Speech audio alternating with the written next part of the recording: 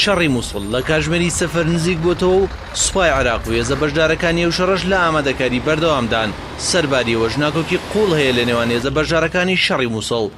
بە گوێری زانیاریەکان لە ماوەی چەند کاتژمێری ڕابردوودا هێزێکی دژە تیرۆری عێراق کەچێکی قورسیان پێبووە گەیشتونەتە ناوچەی خازر لە دەوروبەری مووسڵ جێگیر کراون.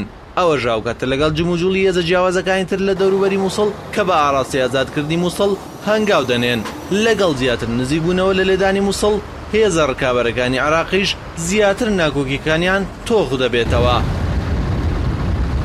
بە پێوتی حەمید ئەفەندی بەرپرسی میحوەری باشیکی هێزی پێشمەرگە ڕەزامەندی نیشاندرا لەوەی کە سوپای عێراق لە سەنگەرەکانی پێشمەرگەوە بەژار بێت، بەڵام مەرجەکەوەیە کە هیچ کەسێکی شیعە لە سەنگەرەکانی پێشمەرگەوە ناچێتە ناو مووسڵ. ئەوەی دێت تەنها سەربازانی سوپای عێراقن، ئەوانیش ئەو شوێنانە بەشدار دەبن کە ئێمە بۆیان دەستنیشان دەکەین.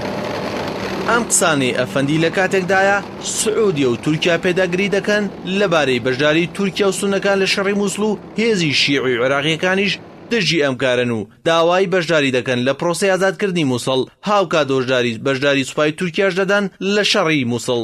بەڵام سەرباری ڕەشەکان تورکیا سووربوونی خۆی لە سەرمانەوەی هێزەکەی لە سەرخاکی عێراق دەردەبڕێت.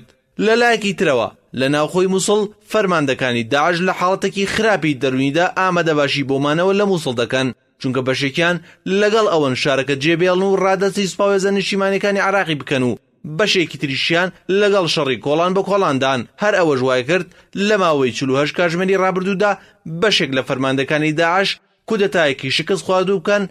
دژی کەسی یەکەمی داعش ئەبوبەکر بەغدادی، چونکە جەخت لە سەرمانەوەی هێزەکانی دەکات لە مووسڵ.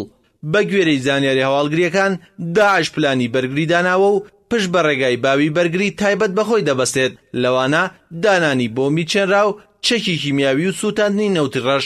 هەروەکو ئەفەندی وتی هەموو ئەگەرەکان بۆ دەچن شەڕی مووسڵ لە یاندێکی زۆر نزیکدا دەست پێ دەکات. ئەوەش سەرەتای قوڵبوونەوەی ململانێکی تون دەبێت لە ناوچەکەدا کە ئێستا لەبەرەی شیعە و سوننە دەبینرێت. هەر ئەوەش تا ئێستا گرفتی بۆ بەشێک لە پرۆسەکە دروست کردووە.